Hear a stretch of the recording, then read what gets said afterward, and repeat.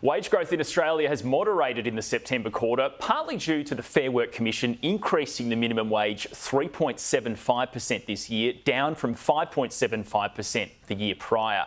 The Bureau of Stats said wages increased 0.8% during the quarter and lifted 3.5% for the year. It's the first time the annual wage growth number has fallen below 4% since the 2023 June quarter. Now, the data today was slightly weaker than what most economists were forecasting. And joining me now on the set is Paul Bloxham, Chief Economist for HSBC in Australia and New Zealand. Paul, thanks for your time. So wages moderated slightly. Where do you expect wage growth to go from here over the next year or so? Well, we think it's going to prove to still be reasonably sticky, but 3.5% is not a bad result. I mean, the fact that inflation's coming down, wages growth is coming down, I think that sort of takes away some of the risk that was out there that we might get some sort of wage prices spiral. That was a lot of the discussion we were having not long ago, and so this is sort of put to the side now.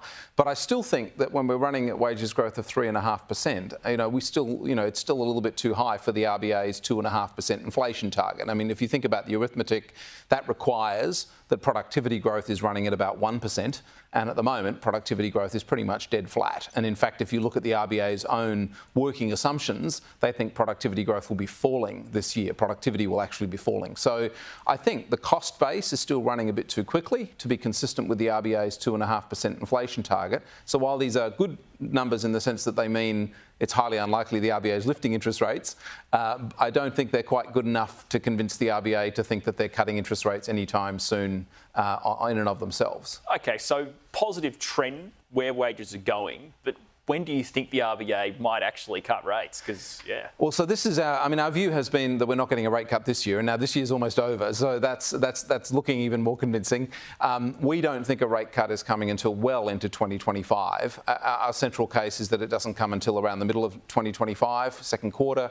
But I think increasingly, I'm looking at the story and thinking maybe, just maybe, the RBA misses this easing phase altogether. That's certainly where the risk lies at this point, because wages growth is slowing, but it's coming down quite slowly. Productivity is still very weak. The cost base in the economy is still running too quickly for the RBA's inflation target. And as we know, core inflation, the measures the RBA focuses on, are still above the RBA's target and still falling quite slowly. So it may be that by the time we get to the point where the RBA can even think about cutting rates, which we think is around the middle of next year, they just don't get to, because the economy might already be in an upswing, or globally we might already be seeing the beginnings of some reinflation.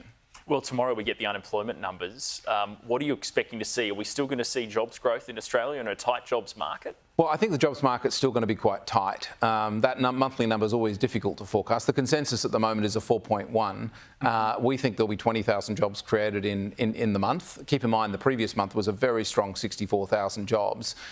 The key things to be looking out for will be the subtleties, like what's happening with youth unemployment, because that was rising, but it's actually stopped rising recently. And that's an indication that the labour market might not be loosening further, or the underutilisation rate, which has also stopped rising recently. So the question is, the labour market's been very, very gradually loosening. Is it still loosening further? If it's not loosening further, then it may still be that the RBA just can't get inflation to come down enough to be convinced that it'll be at 2.5% sustainably. So those are the things we're going to be looking out for in tomorrow's employment print.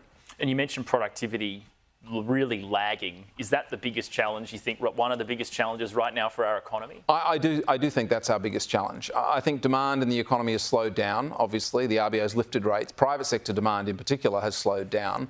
Public demand's actually held up pretty well, because there's still quite a bit of public spending going on. But the primary thing that's still holding up inflation is that productivity is weak. And so what we're seeing is, although wages growth has slowed, productivity is still so weak that the cost base in the economy is still running a bit too quickly. Unit labour costs in the economy are running too quickly to think that inflation will sustainably get back to 2.5. And so, yes, I think the clear focus from policymakers now needs to be very, very, if it didn't, it should always have been, but in particular now, on getting productivity to lift. And what do you expect for GDP growth over the next 12 months? I think GDP growth will pick up a bit, actually. I think, part of the reason for that is that we've seen some fiscal stimulus delivered. The tax cuts that came through, the cost of living measures that have been delivered, there's still quite an expansion going on in the big programs in aged care and the National Disability Insurance Scheme that are driving a lot of that jobs growth, but are also likely to be driving more public demand. Infrastructure is expanding. So I think GDP growth is actually going to be in a bit of an upswing. And if there's a little telltale sign as to how that's sort of working, the consumer sentiment numbers we got earlier this week, which are the second consecutive month where you've seen quite a large bounce in consumer sentiment, tell you, perhaps at least I think, that some of those that impact of the tax cuts and the cost of living measures is starting to feed through to consumers' willingness to spend a bit more. And if that starts to get going, then GDP gets to pick up. Now, if GDP picks up, wages growth hasn't slowed enough and inflation hasn't come down enough, that all adds up to the possibility that, as I said, there's a risk, a growing risk now that the RBA misses the easing phase altogether, that they don't get to cut in that environment. Paul Bloxham, thanks for coming on the show. Thank you.